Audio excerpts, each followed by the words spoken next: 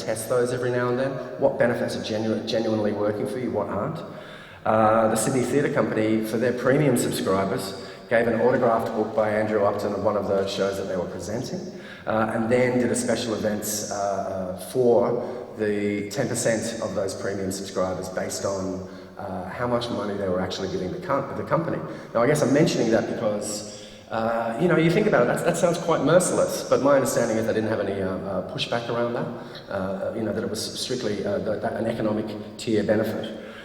Sydney Symphonies, they do a Know Before You Go campaign, absolutely no cost, standard letter, but just some information for the customer, but actually written from a very personal point of view by the managing director, Rory Jeffs. And then he stuck a complimentary drink voucher in there as well if you've never subscribed before. I really like, this is so simple, and yet it was a way for subscribers to show that they were part of a community. The Symphony offered silver pins for subscribers who'd been 10 to 20 years, just a little silver, very inexpensive silver pin of the Sydney Symphony swoosh logo, and then gold pins for subscribers who are older. And something as simple as that, which really, you know, we're talking about a couple of $1,000s, generated an immense amount of goodwill. And keep on that kind of personal touch, which kind of connects, I guess, with more of what, like the Andrew Upton science stuff that Sydney Theatre Company were doing.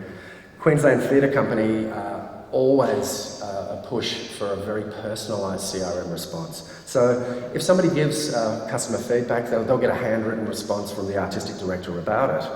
They'll get behind-the-scenes play briefings. They'll get to spend time with the actors and actually feel that the experience is something of, you know, of a more personal nature. They even held a knitting bee, which fascinates me. I'm not entirely sure how that worked, but getting a whole bunch of their subscribers together to knit.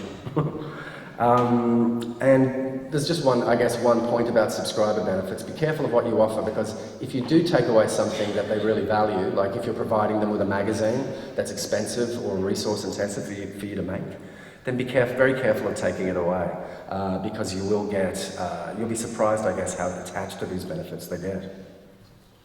I wanted to talk about Melbourne Theatre Company and their online ticket exchanges, just really quickly. I mean, this is a really, you know, I mean, it requires a reasonably complex piece of software to drive this, but the simple fact that a subscriber is now able to exchange their tickets online instead of having to come in to the city, physically queue up and go through the physical process of handing them over, I think is probably one of the best benefits that of subscription bundling that you can offer. So well done, MTC. As far as I know, they're the only one who've launched that. Bundling ad hoc. Just two simple examples.